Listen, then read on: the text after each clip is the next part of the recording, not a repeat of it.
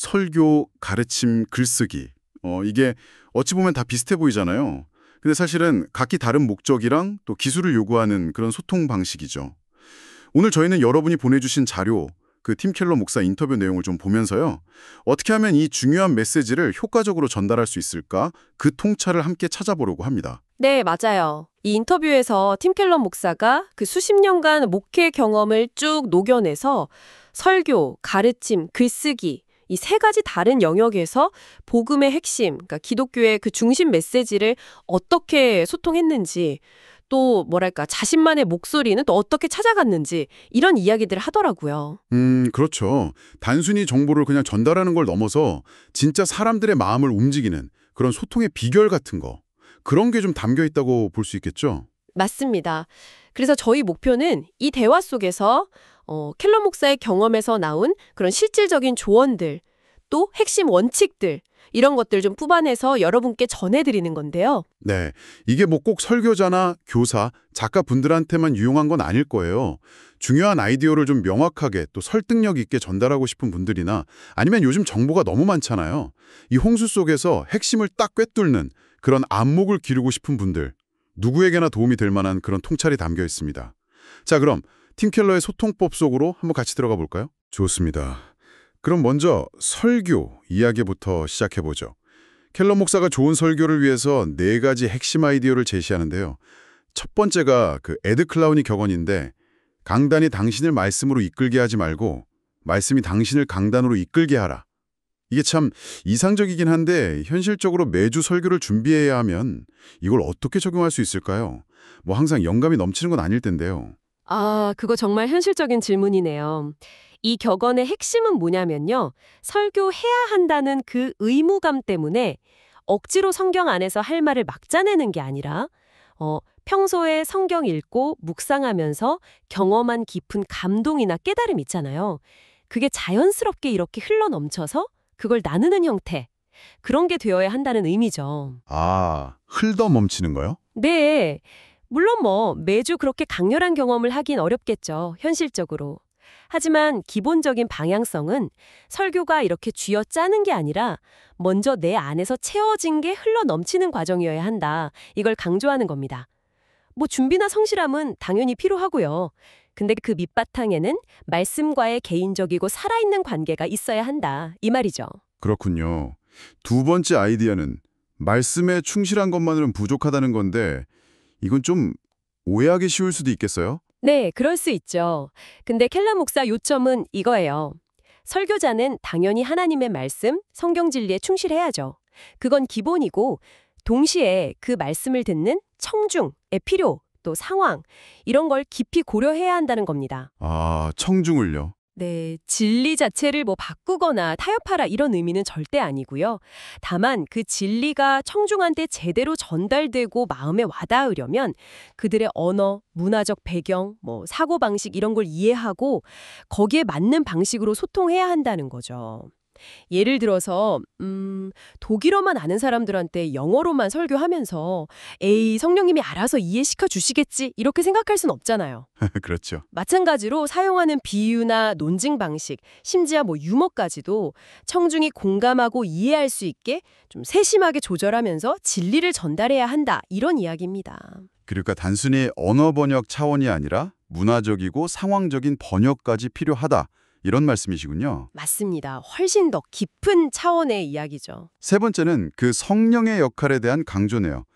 켈러 목사는 좋은 설교랑 위대한 설교의 차이가 결국 성령께 달려있다. 이렇게 말하던데요. 네, 그 자신의 아내 캐시 켈러가 가끔 설교 끝나고 이런 말을 했다고 해요. 설교 마지막에 당신이 꼭 성령처럼 되려고 너무 애쓰는 것 같아 보였다. 아, 이게 뭐냐면 설교자가 아무리 열정적으로 내용을 막 밀어붙여도 듣는 사람 마음을 열고 변화시키는 건 궁극적으로 성령의 역사다. 이걸 인정해야 한다는 거죠. 사도행전 16장에 나오는 그 루디아처럼요. 하나님께서 마음을 열어주셔야 말씀이 들리는 거다. 그렇죠. 그렇다고 뭐 설교자 노력이 필요 없다는 건 아니고요. 최선을 다해서 준비하고 전달해야죠.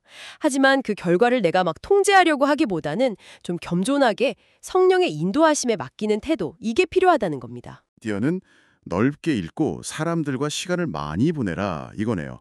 이건 앞서 말씀하신 청중 이해랑 딱 연결되는 것 같은데요. 정확합니다. 네. 폭넓은 독서. 그러니까 예를 들어 철학, 문학, 역사, 시사 뭐 이런 다양한 분야 책을 읽는 거요. 이게 세상을 이해하는 깊이를 더해주고 또 다양한 관점을 접하게 해주죠. 그리고 사람들과 직접 만나서 교제하면서 그들의 삶의 기쁨, 슬픔, 고민, 희망 이런 걸 듣는 거. 이게 청중에 대한 실제적인 이해를 높여주고요. 아, 책상 앞이랑 현장이랑 둘 다 중요하군요. 그렇죠. 이 두 가지, 그러니까 지적인 탐구랑 관계적인 교제가 균형을 이룰 때 성경의 진리를 오늘날 사람들 삶에 딱 맞게 연결하고 적용하는 그런 지혜로운 설교가 가능해진다. 이겁니다. 그냥 서재에만 틀어박혀 있거나 반대로 뭐 사람들과 어울리기만 해서도 안 된다는 거죠.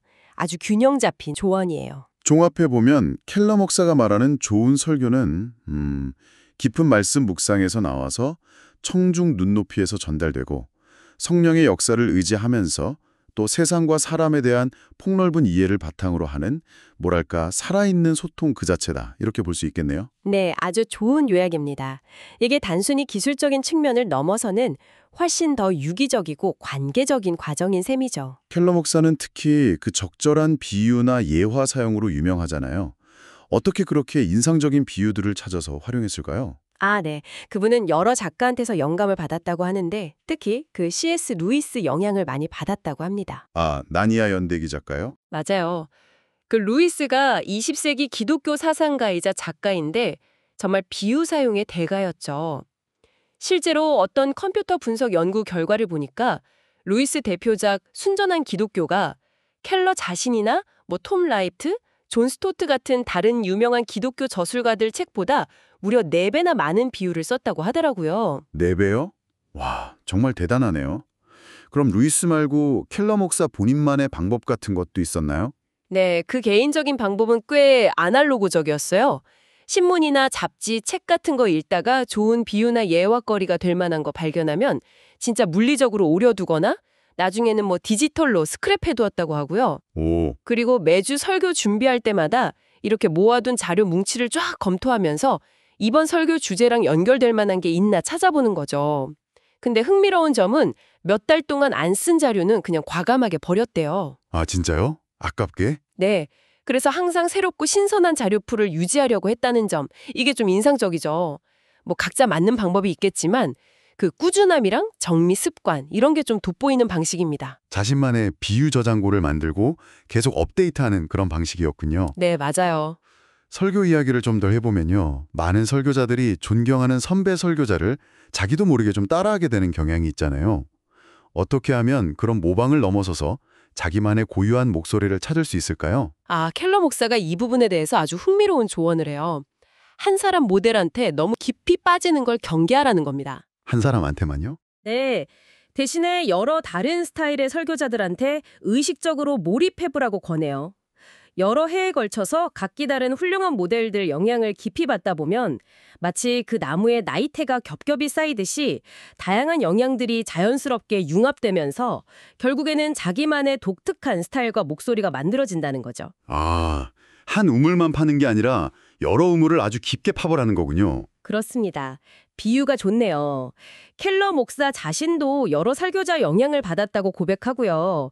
아내 캐시 켈러는 남편이 특정 인물한테 깊이 빠져 있을 때 그 사람 말투나 제스처, 뭐 사고방식의 흔적을 발견하곤 했다네요. 하하, 재밌네요.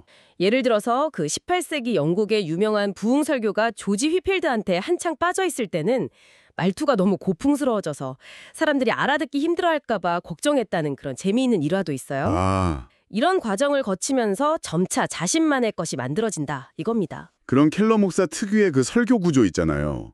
뭐 예를 들어 3가지 포인트 제시하고 마지막은 예수님으로 끝내는 방식.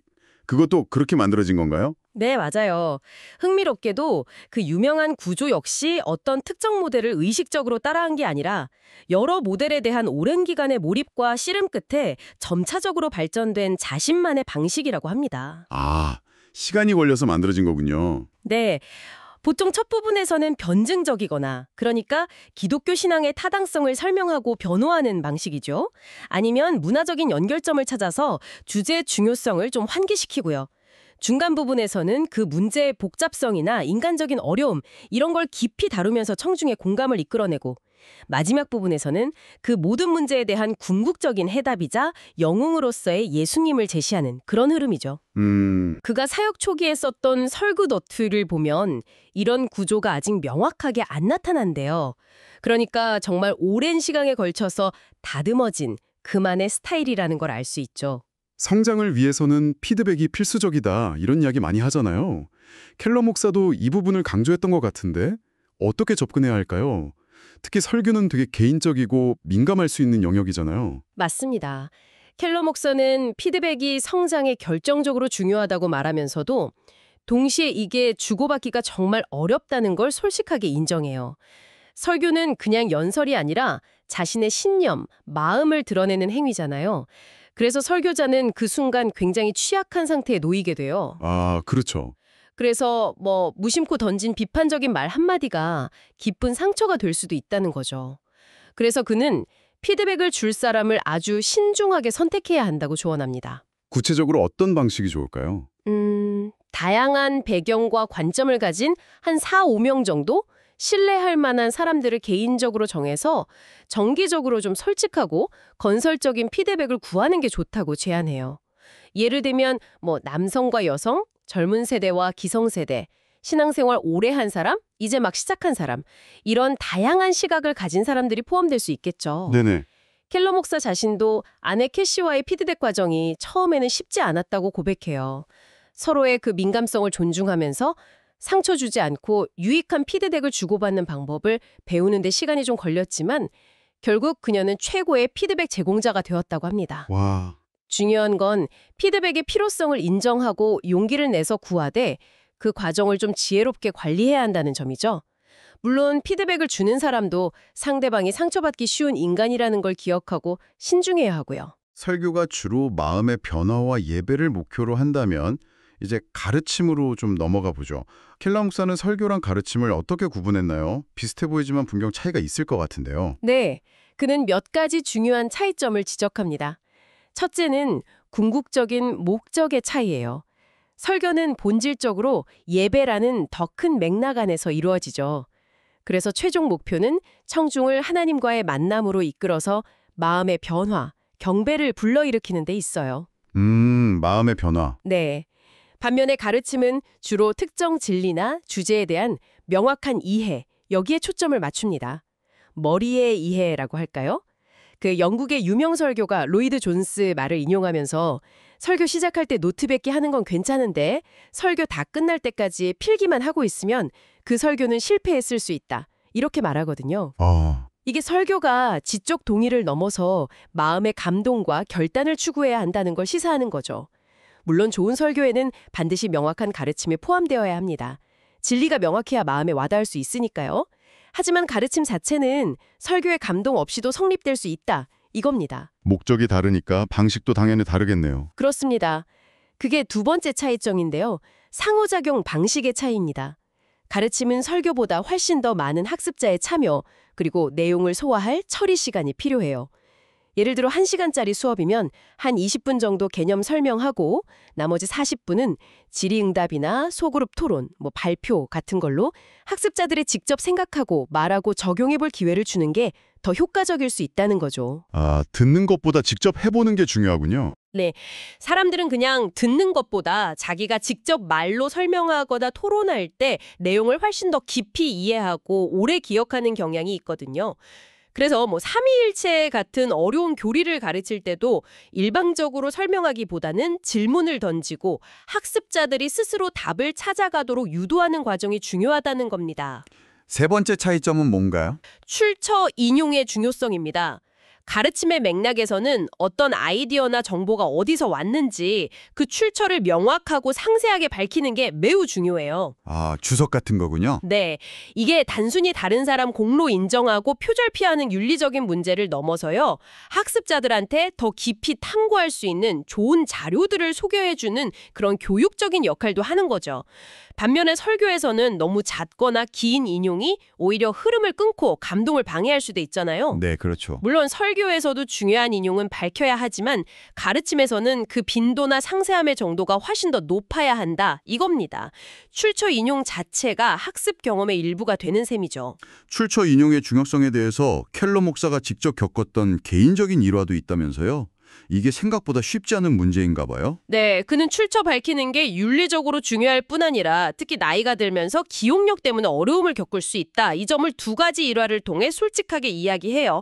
첫 번째는 자기 경험인데요. 그 루이스 미즈라는 신학자의 단순한 도덕이라는 책이 있어요. 거기에 10계명 중 부모 공경에 관한 내용을 오랫동안 설교나 가르침에 즐겨 인용했대요. 네. 그런데 수년 후에 어떤 설교에서 미즈를 인용 안 했다는 지적을 받은 거죠. 확인해보니 그게 맞았다는 거예요. 어이구. 다른 설교에서는 그 부분을 인용할 때마다 31번이나 미주를 언급했었는데 왜 그날만 빠뜨렸는지 자기도 기억을 못하더래요. 아마 오래전에 만들어뒀던 설교 노트를 확인 안 하고 그냥 재사용한 탓일 거다 이렇게 추측하면서 기록을 수정하고 있다고 하더라고요. 나이가 들면서 기억력이 예전 같지 않아서 출처를 정확히 기억하고 관리하는 게 점점 더 어려워진다. 이 점을 솔직하게 인정하는 모습이 참 인상적이었습니다. 정말 솔직한 고백이네요. 그럼 두 번째 일화는 뭔가요? 두 번째는 그 19세기 영국의 전설적인 설교가 찰스 스펄전에 관한 유명한 일화인데요. 스펄전이 어떤 젊은 설교자가 자기 설교 내용을 표절했다고 생각하고 그를 지적했대요. 그런데 알고 보니 그 젊은 설교자는 윌리엄 제이라는 더 이전 시대의 설교가의 글을 인용하면서 출처를 밝혔던 거예요. 정작 스펄전 자신이 오래전에 제이의 설교를 읽고 깊은 인상을 받아서 무의식적으로 그 내용을 자기 설교에 녹여내면서 원출처를 잊어버렸던 거죠. 와, 그런 일이. 네, 이게 뭐 의도적인 표절과는 다른 문제지만 특히 방대하게 읽고 기억력이 좋은 사람일수록 자기로 모르게 다른 사람 아이디어를 자기 고유한 생각으로 착각하기 쉽다는 걸 보여주는 사례죠. 그래서 켈러 목사는 나이가 들수록 그리고 역설적으로 기억력이 좋은 사람일수록 더 의식적으로 출처 확인이랑 관리에 주의를 기울여야 한다고 강조합니다. 와, 의도치 않은 표절의 위험성까지 생각해야 하는군요. 정말 쉽지 않네요. 다음 질문으로 넘어가 보겠습니다. 만약에 교회 리더십은 특정 주제, 예를 들어 재정 문제나 특정 사회 이슈에 대해 설교해 주길 바라는데 설교자 자신은 그 주제에 대해 개인적인 영감이나 어떤 부담감 같은 걸 못 느끼고 있다면 이럴 때는 어떻게 해야 할까요? 현실적으로 충분히 있을 수 있는 상황 같은데요. 네, 켈러 목사도 그런 딜레마에 대해서 아주 현실적인 조언을 합니다. 그는 세 가지 가능한 접근법을 제시하는데 상황에 따라 좀 지혜롭게 선택해야 한다고 말해요. 첫째는 저항입니다. 저항이요? 네. 지금 하나님께서 자신에게 강하게 말씀하시는 다른 주제가 있다면 리더십의 요구를 정중하게 거절하고 자신이 받은 메시지에 집중하는 게 옳을 수도 있다는 거죠. 때로는 이런 용기가 필요하다. 둘째는 순응입니다.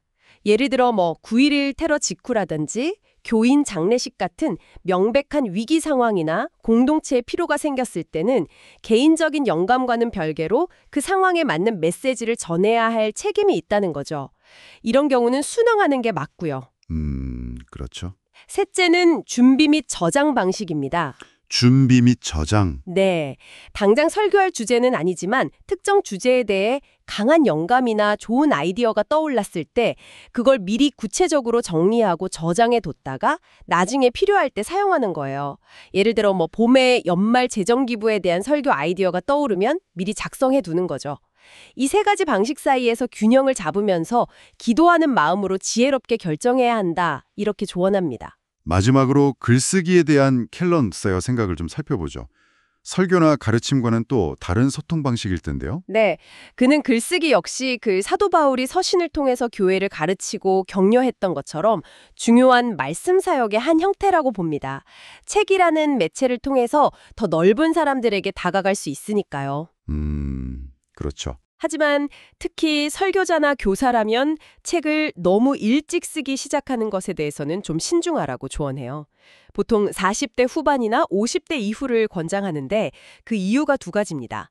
첫째는 젊을 때 쓴 글은 나중에 시간이 지나서 생각이 깊어지거나 바뀌면서 스스로 좀 부끄럽게 느껴질 수 있다는 거고요. 그럴 수 있겠네요. 둘째는 좋은 글을 쓰려면 정말 많은 시간과 에너지가 필요한데 자칫 글쓰기에 너무 몰두하다 보면 목회자나 교사로서 사람들과 직접 만나고 관계 맺고 함께 시간을 보내야 할 더 중요한 책임, 이걸 소홀히 할 수 있기 때문이라는 거죠. 아, 글쓰기의 유혹에 빠져서 본질을 놓칠 수 있다. 이런 경고군요. 네, 맞습니다. 그럼 어떤 주제로 글을 써야 할까? 여기에 대해서도 두 가지 기준을 제시하는데요. 첫째는 자기가 설교나 가르침을 통해서 오랫동안 다루어왔고 실제로 하나님께서 그 내용을 통해 사람들을 변화시키는 걸 목격했던 주제, 즉 충분히 검증되고 숙성된 내용이어야 한다는 거죠. 네. 둘째는 그 주제가 그냥 개인적인 관심사를 넘어서 현재 우리 문화나 교회 전체가 씨름하고 있는 중요한 이슈와 관련이 있어야 한다는 겁니다. 예를 들어 그가 용서에 관한 책을 쓴 것도 오랫동안 설교하고 가르쳐온 핵심 주제이면서 동시에 현대 사회가 용서라는 개념을 이해하고 실천하는 데 큰 어려움을 겪고 있다고 느꼈기 때문이라는 거죠. 아, 필요와 소명. 그렇죠. 단순히 베스트셀러 만들고 싶거나 출판사 계약 때문에 쓰는 게 아니라 실제적인 필요와 내적인 소명감에 따라 써야 한다. 이걸 강조해요. 그리고 글쓰기에서는 아까 가르침에서 말했던 그 출처 인용 있잖아요. 이게 절대적으로 중요하다고 다시 한번 힘주어 말합니다. 또 강조하는군요. 네, 설교에서는 과도한 인용이 흐름을 방해할 수 있지만 책 같은 글에서는 모든 아이디어와 주장의 근거를 명확히 밝히는 것이 학문적인 정직성을 지키는 길이고 또 독자들에게 더 깊은 탐구를 위한 정보를 제공하고 다른 연구자들의 공로를 인정하는 중요한 방법이라는 거죠. 실제로 켈러 목사 책들이 각주가 많기로 유명한데 비판이 있다는 걸 알면서도 그는 그 필요성을 강하게 역설합니다. 네, 오늘 저희는 팀 켈러 목사와의 인터뷰를 통해서 설교, 가르침, 글쓰기라는 이 세 가지 소통 방식에 담긴 깊은 지혜를 함께 탐색해봤습니다.